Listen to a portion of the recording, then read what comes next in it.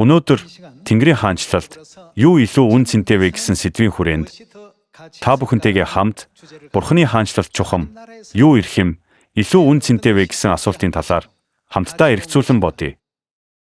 이 문제에 대해서 한번 생각해 보는 시간을 가져보도록 하겠습니다. Үн цэн гэдэг ойлголт нь газар байршил, орчноос хамааран тис уур болдог гэж хэлж болно. Бид өдөр тутмын амьдралдаа усыг маш хялбархан, хизээл бол хизээ хэрэглэдэгч цөлийн орчинд түүний үн цэн ямар байх вэ? Египтийн хунтайж хүүхэлдэйн кинонд ийм нэг үг гардаг. Элсэн цөлд алтнаас илүү ус ирхэм, туурсан хонинд хаанаас илүү хончин ирхэм.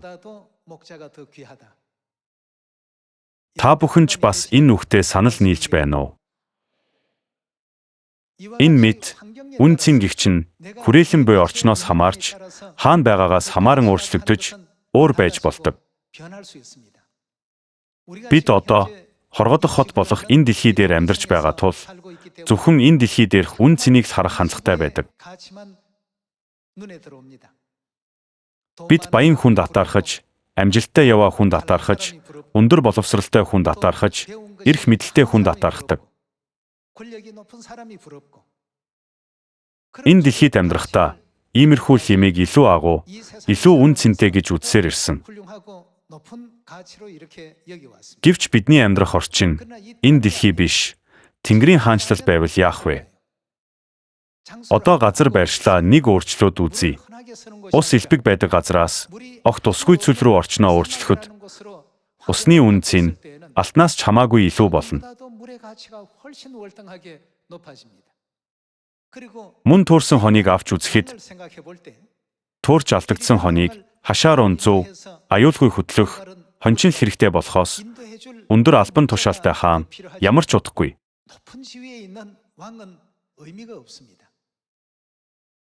Бид зөвхөн энэ дэлхийн зүйлсийн талаар байнга боддог болохоор дэлхийн үнэт зүйлс, дэлхийн алдар суу, энэ ертөнц биднийг хэрхэн үнэлэх вэ гэдэгт л анхаардаг.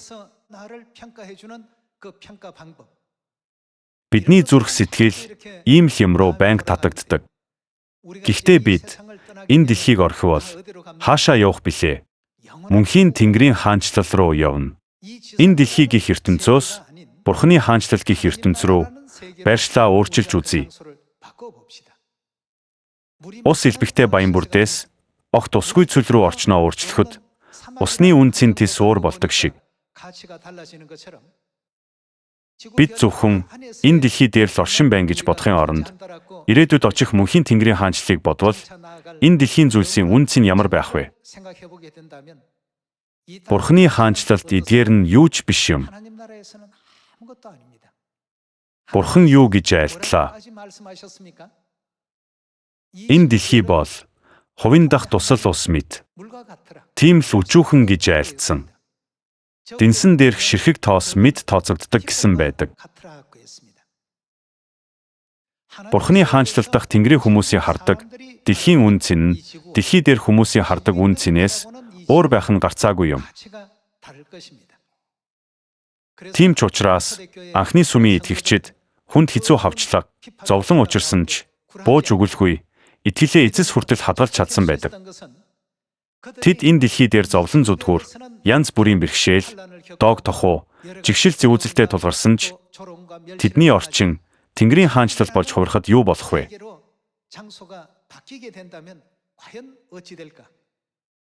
Энэ дэлхий дээр Христийн нэрээр хавчигдаж, зовж шаналж байсан бүх хүний яруу алдар тэднийг Тэнгэрийн орон дахь Тэнгэр элч нар хүртэл хэмжиж чадахгүй. Асар их өрөөлт хүргэх болно.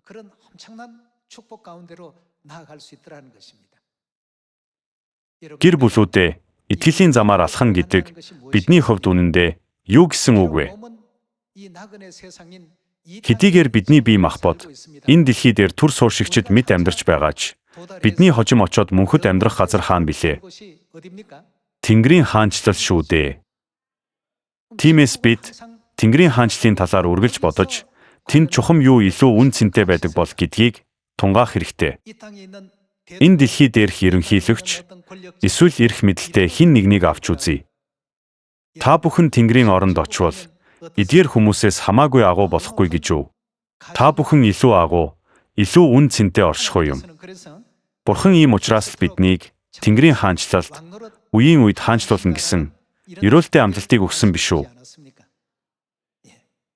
Мөнхийн Тэнгэрийн хаанчлалыг мартдаг хүмүүс итгэлээ хамгийн хурдан алдах магадлалтай хүмүүс юм. Энэ дэлхийн зовлон зүдгүүр, бэрхшээл шаналл, түр зуурынх. Хожим бид Тэнгэрийн оронд очиход энэ бүхэн бидэнд хүндэт одон болж эргэн ирэх болно. Тиймээс Еврей 11-р бүлэгт итгэлээр Авраам, итгэлээр Ноа гэсэн байдаг. Хэдийгээр анхны сүмийн итгэгчид арслангийн хоол болж, заримдаа доог тохуу, басамжлал амсаж байсан ч тэд итгэлээр хэн биднийг Христийн хайраас салгах юм бэ гэж тунхагласан байдаг. Тэд энэ итгэлээ хичнээн төгс сахисан гэж. Дэлхий бол бидний мөнхөд амьдрах газар биш. Энэ ертөнц дэлхийгийнх энэ од бол бидний түр зуур байгаад орхиж явах газар. Ирээдүйд бид өөрсдийн жинхэнэ мөнхийн их нутагтаа буцах болно. Тэр үед энэ дэлхий дээр хамгийн шилдэг гэж үздэг байсан зүйлс хамгийн шилдэг хിവэрэ байх болов уу? Нэгэн явган ярианд нэг хүн нас барж Тэнгэрийн хаанчлалд очжээ.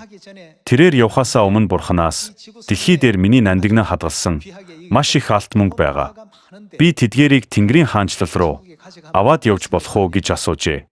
Бурхан ийм хэрэггүй юмыг яагаад авч явах гээд байгаа юм гэв. Өнөөх хүн бүх насаараа хөлс цусаа урсан байж хураасан.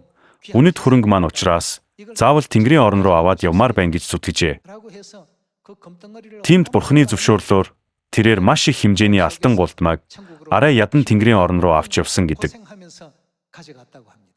Очоод хартал Тэнгэрийн хаанчлалд гудамж замын бүхэлдээ алтаар хийгдсэн байсан гин. Энэ хэдийгээр нэг явган ярианд гардаг зүйлч гэлээ. Үүгээр юу хэлэх гээд байна вэ гэхээр дэлхий дээр хамгийн үн цэнтэй тооцогддог зүйл Тэнгэрийн хаанчлалд очвол зүгээр л зам тавих материал болж ашиглагддаг гэсэн үг юм. Ер нь өдөр тутмын амьдралдаа усыг үн цэнтэй гэж үздэг хүн байдаг уу? Хүмүүс усаа зүгээр л гоожуулаад шүршүүрт ордог. Нэг хүн маш их хэмжээний ус хэрэглэдэг. Манай Сёны гэр бүлүүд анх Африкт очоод сайн мэдэхгүй байсан тул цэвэр ус уугаад Ерөөлт нь баг зэрэг ус үлдсэнийг асгаад хоосон хуунцар савыг хогийн саванд хайжээ. Гэтэл нутгийн Африкчууд тэднийг ихэд дургуйдсан харцаар харсан гин. Ийм хайран усыг яагаад асгах нь вэ гэж. Энэ талаар сонсоод Египтийн хунтайж хүүхэлдэйн киноны нэг хэсэг санаанд орсон. Бид бол крант нээхэд л ус гоожиж байдаг болохоор усыг төдийлөн үнэлдэггүй ч ус ховор Африкийн ард түмний хувьд ус маш үн цэнтэй байдаг юм байна. Тэдний газрыг бидний амьдарч байгаа Солонгос оронтой харьцуулбал нэг нь усаар бэлгсэн газар байхад нөгөө нь усаар хомс бус нутаг. Одоо дэлхий болон Тэнгэрийн хаанчлалын талаар авч үзье. Энэ дэлхий дээр та бүхэн юуг хамгийн үн цэнтэй тооцдгоо нэг бодоод үзээрэй. Энд тийм үн цэнтэй байгаа зүйл Тэнгэрийн оронд очиход ч үн цэнээ хадгалж чадах болов уу? Түр зуур амьдраад буцах энэ дэлхийд баг зэрэг хэрэг болж магадгүй ч Бурханы хаанчлалт бол тэр нь огт хэрэггүй. Гэтэл тэрхүү хэрэггүй зүйлийн төлөө маш их цаг хугацаа зарцуулж тэрэнд анхаарч хүч хөдөлмөр, санаа зовнил, хичээл зүтгэлээ зориулж амьдардаг нь бидний амьдрал юм. Гэр бүлүүдээ дэлхий болон Тэнгэрийн хаанчлал бол өөр ертөнц. Тиймээс бүх иш үзүүлэгчид ирээдүйд очих Тэнгэрийн хаанчлалыг бодож энэ дэлхийн зүйлсийг юу ч биш мэд үзэж амьдарсан байдаг. Еврей 11-р бүлгийг нээцгээе.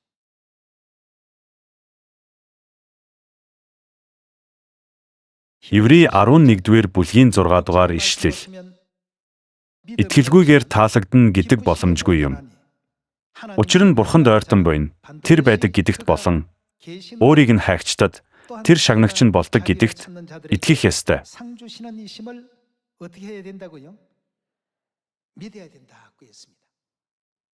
Нэг ясандаа бид энэ орчинд лүүрд мөнхөд амьдрахгүй гэдгээ ойлгох ёстой юм.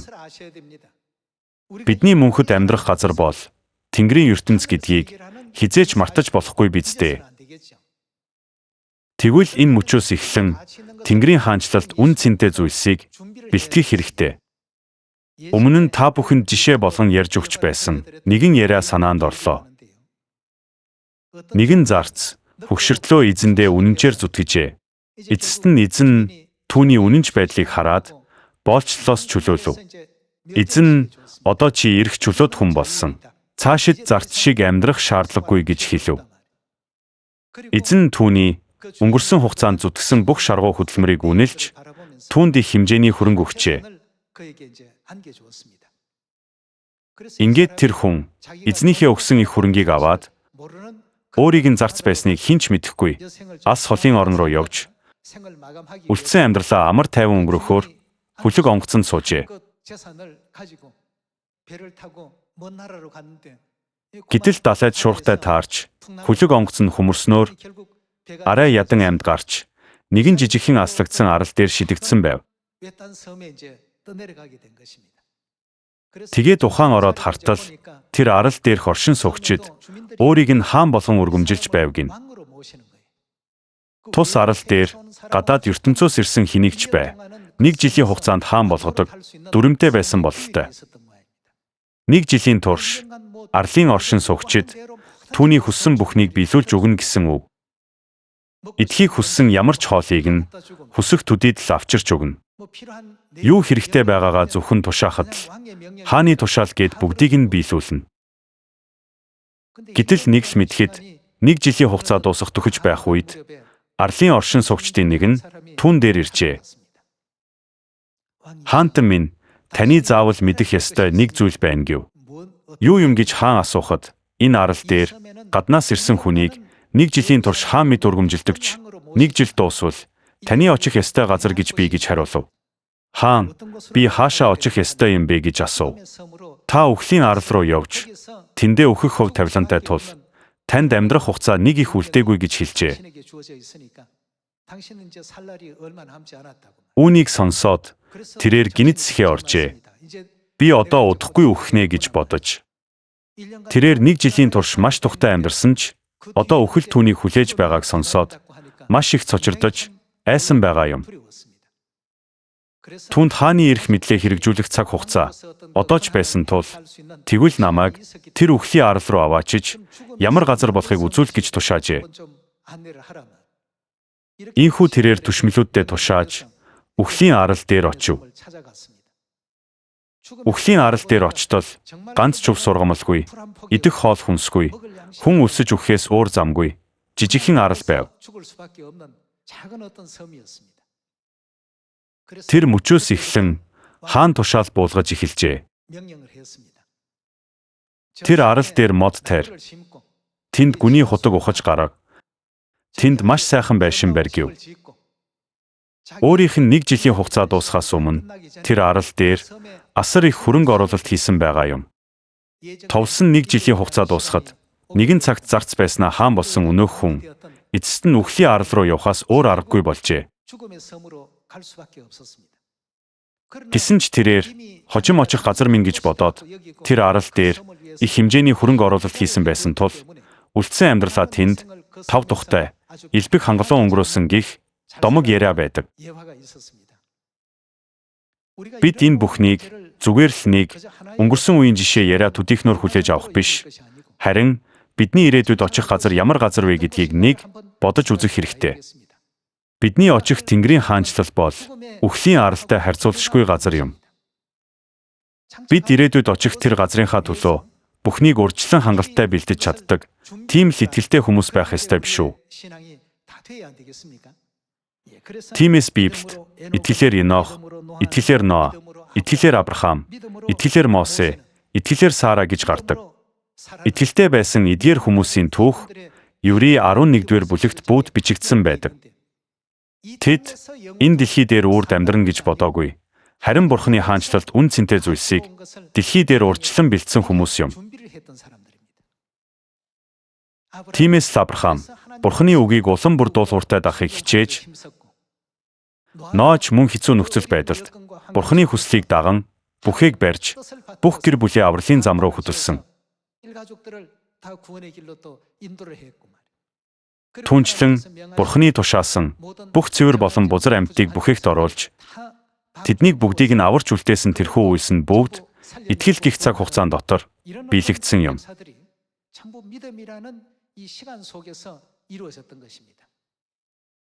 Бид итгэлийн замаар алхаж байна гэдэг хэрнээ зөвхөн энэ дэлхийг л хараад дэлхийн юманд л нүд унгаад байвал бидний дотор итгэл хизээж бий болохгүй. Тэгвэл хаашаа харах үед бидний зүрх сэтгэлд итгэл орж ирэх вэ? Тэнгэрийн хаанчлал руу харах үед энэ дэлхий бол түр зуурынх, харин тэр ертөнц бол мөнхийнх юм. Хүмүүс ус илбэгтэй газар байхдаа усны үнцийн чухлыг мэддэггүй. Хэрв та бүхэн удахгүй элсэн цүл гатлах шаардлагатай нөхцөл байдалд орлоо гэхэд юу хамгийн ихээр бэлдэх вэ? Юуг хамгийн үн цэнтэд тооцох вэ? Алтуу. Эсвэл ертөнцийн эрх мэдлүү? Цүлд эрх мэдэл, нэр төр, эд баялаг аль нь ч хэрэггүй. Тэнд хамгийн эрхэм зүйл гэвэл ус байх болно. Тэгвэл Тэнгэрийн хаанчлалд юу хамгийн үн цэнтэй вэ? Тэнгэрийн оронд хамгийн эрхэм нэгэн бол эцэг их маань, мөн эцэг ихийн бидэнд сойрхдаг мөн хайм юм. Бид одоо энэ дэлхий дээр амьдарч байгаа болохоор мөн хаймын тухай ойлголт нэг л бодтой санагдахгүй. Элсэн цүлд бол алтнаас илүү ус эрхэм гэвэл бидэнд төдийлөн бодтой санагддаггүй. Яагаад вэ? Учир нь бид үүнийг мэдэрч байгаагүй. Бид тийм орчинд байж үзээгүй болохоор тэр.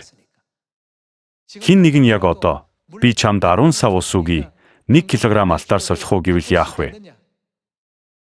Хинч солихгүй. Галзуурсан, солиотой хүн гэж хэлэгдэх байх. Харин цүлд бол ямар байх уу? Ганцхан сав усаар ч хамаагүй солих л болно. Бид Тэнгэрийн хаанчлалын үн цэнийг мэддэг хүн болсон цагт л бидний дотор юу бий болох вэ? Итгэл бий болдог. Иш үзүүлэгчид яагаад хавчлаг, доог тохуу, амь насанд нь аюултай, янз бүрийн ихцэгтэй байдалч итгэлээсээ хизээч урвж, ухарч байгаагүй вэ? Учир нь тэд үргэлж Тэнгэрийн хаанчлалыг хүсэн хүлээж байсан юм. Бид Бурхны хаанчлалд очиход орчин нь энэ дэлхийгээс хэр өөр байх бол? Бүр тис өөр байх болно. Энэ дэлхий дээрх амьдралдаа л 80 жил гих богинохон хугацаатай ч Тэнгэрийн орон бол үеийн үед мөнхөд амьдрах газар шүү дээ. Үүнд итгэх итгэлтэйгээр урьдчилан бэлтгэх нь хамгийн ухаалаг үйлдэл биш үү? 13 дугаар ишлэл рүү очоод харцгаая. Тэд бүгд амлалтуудыг авалгүйгээр харин холоос тэдгэрийг харж, батлан хийлж, өөрсдийгөө дэлхийд гадныхан ба түр сууршигчд гэдгийг хүлээн зөвшөөрч, итгэл дотроо нас барсан билээ. Тэнгэрийн оронд олж авах мөнхийн үн цэнийг илэрхийлж, заримдаа өлсөж, хувцас муутай явж, хавчигдан, доог тохуу болж байсан ч тэдний сүнсний байдал ямар байсан бэ? Үргэлж баяр баясгалан, догдлол дүүрэн амьдарсан. Бурхны хаанчлалд очвол энэ дэлхий дээрх шиг ийм хандлага дахиж амсахгүй гэж бодхоос баяртай. Мөн энэ дэлхий дээр туурж буй зовлонтой, шаналлтай бодит байдлаас тис өөр ертөнцийг тэдэнд өгнө гэдэгт тэд бүрэн итгэж байсан юм. Цүл үү, эсвэл амар амгалан баян бүрдүү? Одоо бид хаана байгаагаа үргэлж санаж, жинхэнэ үн цэнтэй зүйл юу болохыг дахин нэг эргцүүлэн боддог итгэлтэй байх ёстой юм. Тэгсэн цагт л бид итгэлээ үйлдэл болгож чадна. Бурхны хаанчлалд хамгийн үн цэнтэй зүйл бол мэдлэг, эсвэл онол төдийгөөр мэддэг итгэл биш, харин Бурхны үгийг ном ёсоор нь хэрэгжүүлэх явдал юм. Бурхан идэвхтэйгээр нүгэлтнүүдийг гимшилт хөтөл гэж айлдсан бол бид нүгэлтнүүдийг гимшүүлэх ажилд бүх зүрх сэтгэлээ зориулах ёстой. Ирээдүйд Бурхны хаанчлал ирэхэд Ямар үйлс үйлдэл гаргасан хүмүүс хамгийн үн цэнтэй ерөөл авахыг харъя.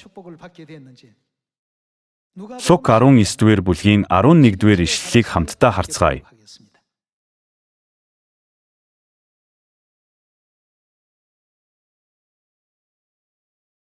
Тэд энэ бүхнийг сонсох зуурт тэрээр үргэлжлүүлэн нэгэн сургаалт зүйлэл айлтав.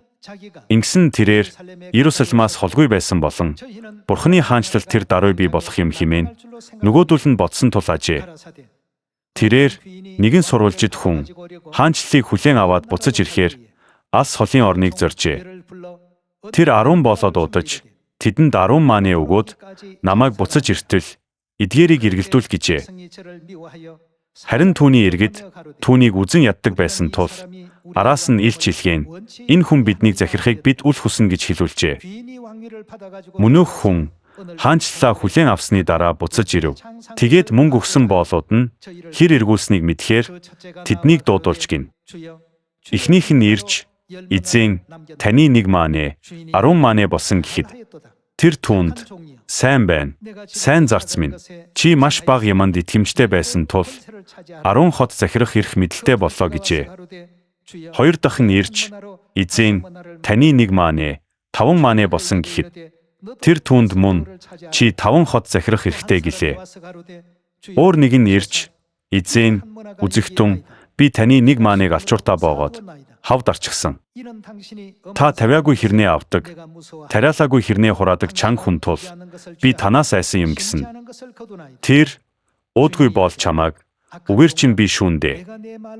Чи намайг тавиагүй хэрнээ авдаг, тариалаагүй хэрнээ хураадаг чанга хүн гэдгийг мэддэг байх нь уу?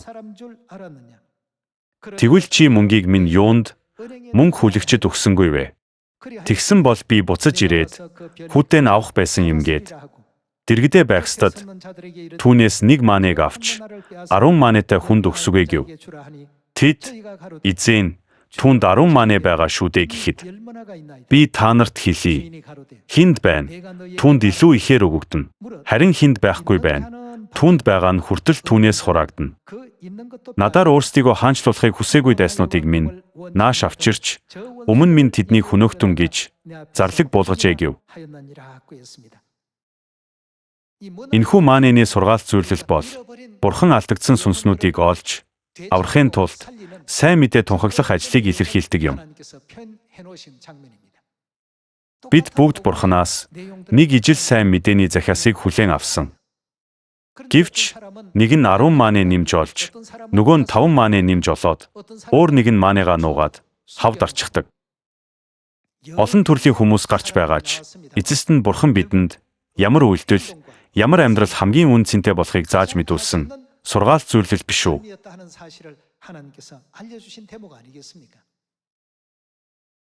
Бид сайн мэдээ тунхаглаж, үр жимс гаргаж, итгэгчдээ халамжилж, Бурханы үгийг дамжуулах эдгээр үйлдэлийг дэлхийн хүмүүс үн цэнгүй гэж үзэж, яагаад ийм юмд цагаа үрдэг байна?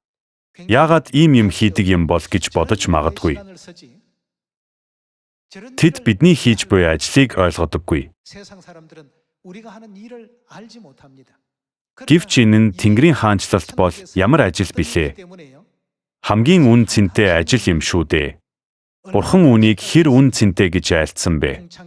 Огторгойн од мэд үрд мөнхөд гэрэлтэх ажил гэдгийг Бурхан бидэнд зааж өгсөн. Даниил 12 дугаар бүлгийн 1-р ишлэлийг харцгаая.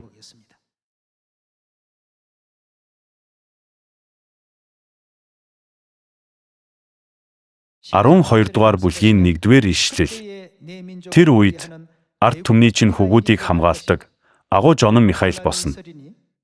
Энэ үндэстэн үссэн цагаас тэр үе хүртэл хизээч байгаагүй хүнд цаг болно.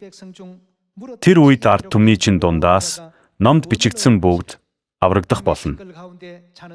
Газрын шорон дотор нойрсогч, олон нь сэрж, зарим нь мөнх амруу, нөгөө нь гудамшиг ба мөнхийн жигшил уруу явна. Хэрсүү ухаантнууд Тэнгэрийн мандлын гялбаа шиг олныг зөвхт байдалд авчрагчид од мэд үрд мөнх туярах болно.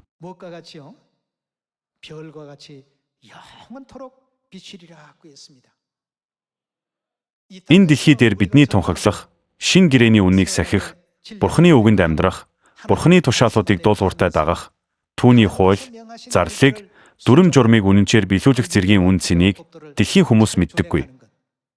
Эдгээр нь хичнээн үн цэнтэй болохыг тэд мэдэхгүй. Эдгээрийн үн цэн дэлхий дээр илрэхгүй. Харин хаана илрэх вэ? Үүний үн цэн Тэнгэрийн оронд илчлэгдэнэ. Тийм ч учраас Бурхан, "Хэрэв та нар надад итгэдэг бол миний та нарт өгсөн тушаал бүр Тэнгэрийн хаанчлалд ёроол болох учраас л өгсөн үг гэдэгт итгэх ёстой" гэж айлтсан. Тэгээд л дэд хууль номд "Чи орохдоо ч ёроогдно, гарахдаа ч ёроогдно" гэж бичигдсэн байдаг.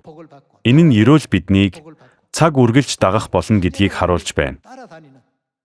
Бид амралтын өдөр 3 дахь өдрийн мөргөл, баяруудын мөргөлийг тэмдэглэдэг. Бид дэлхийн зугаа цэнгэл цагаа өрхийн оронд бурханлаг байдалд суралцаж, Бурхны тогтоол, зарлиг, хуулийг сахидаг. Бид Бурханаас ёроол авах үйлсийн талаар зүгээр сонсоод өнгөрдөггүй, үүнд итгэдэг учраас бүгдийг нь нэгбүрчлэн хэрэгжүүлдэг юм.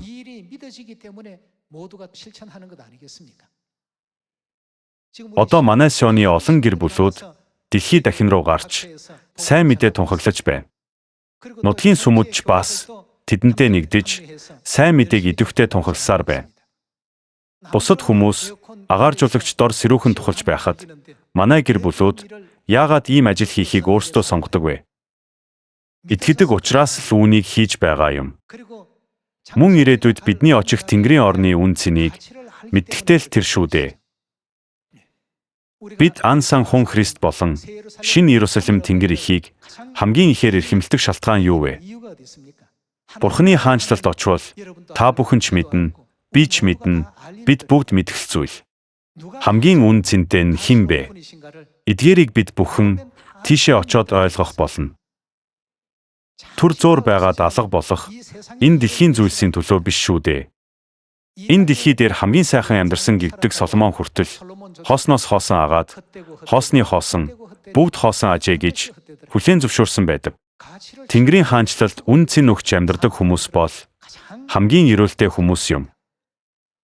Хэдийгээр бид энэ дэлхийд бусдаас бага юмтай, бусдаас бага эдэлж хэрэглэж мэдэгч, Бурхны хаанчлалын зүйл дээр бол хизээж буулт хийх ёсгүй. Яаков шиг түнхэн мултарсан ч намайг өрөөгөөч гэж Тэнгэрийн хаанчлалын ёроолыг хурааж чаддаг хүмүүс байх ёстой байхаа. Бурхан Библиэр дамжуулан бидний Тэнгэрийн хаанчлалд очоод авах олон ёроолийн талаар хэдийн жагсааж бичсэн байдаг. Үүнд итгэдэггүй хүн үйл сүйлдэл нэг их гаргахгүй. Харин бат итгэдэг хүн нь тэдгээрийг ихээр хэрэгжүүлэх болно. Дээрх ярианд гарсан хаан болоод дараа нь үхлийн аралд хүргэгдсэн зарцын хувьд ч мөн адил юм. Нэг жилийн дараа та цүлэгдөж үхлийн арал руу явхаас өөр аргагүй болно. Тэнд та уух усгүй, идэх хоолгүй, эцэстээ өлсөж үхэх болно гэж хэлдэг. Тэрээр үүнийг сонссон мөчөөсөө л шууд итгэсэн болохоор зарц нартаа тэндхийн амбарт будаа нууцлахыг тушаажээ. Мөн худаг ухаж гаргахыг ч тушаасан байгаа юм. Түн тушаал өгөх боломж одоо ч байгаа юм чинь тэр хугацаанд юуны төлөө бүх зүрх сэтгэлээ зориулах бол. Удахгүй очих арлынхаа төлөө бүхнийг бэлтгэн. Тэрээр өнөөх арлыг үхлийн арал биш, харин амьсгалж, амьдрах ертөнц болгон урьдчилсан. Гэр бүлүүдээ тэр хүн үхлийн арал руу явсан бол биднийг мөнхийн Тэнгэрийн хаанчлал хүлээж байгаа биз дээ. Газар байршил өөрчлөгдөхөд үн цэн нь ч мөн өөрчлөгддөг. Тэнгэрийн хаанчлалд юу хамгийн ивэлтэй үн цэнийг агуулдаг вэ гэдгийг бид заавал бодох хэрэгтэй. Эцэг эхийн маань өгсөн шин гэрээний үнэн рүү алдагдсан нэг сүнс гимшиж эргэн ирэх нь Тэнгэрийн орон дахь 99 зөвхт хүнээс илүү үн цэнтэй гэдгийг Бурхан тайлбарлаж өгсөн байхаа.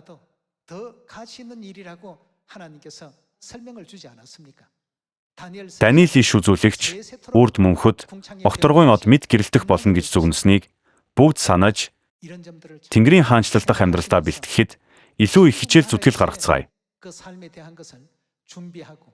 Үүгээрээ Бурханаас бүр чих хайр, ивэл, ерөөл хүртэх, Сионы гэр бүлүүд болоорой гэж хүсэх байна. Эцгийг ирэх тэр өдөр бид яруу алтар дунд эцгийгээ ухтан авахад чи 10 хот захир, чи 100 хот захир гэж хэлэх болно. Сионы бүх гэр бүлүүд маань ийм ивэлтэй баярт мэдээ сонсох болтугай гэж хүсээд өнөөдрийн сургаалаа өндөрлөе. Баярлалаа.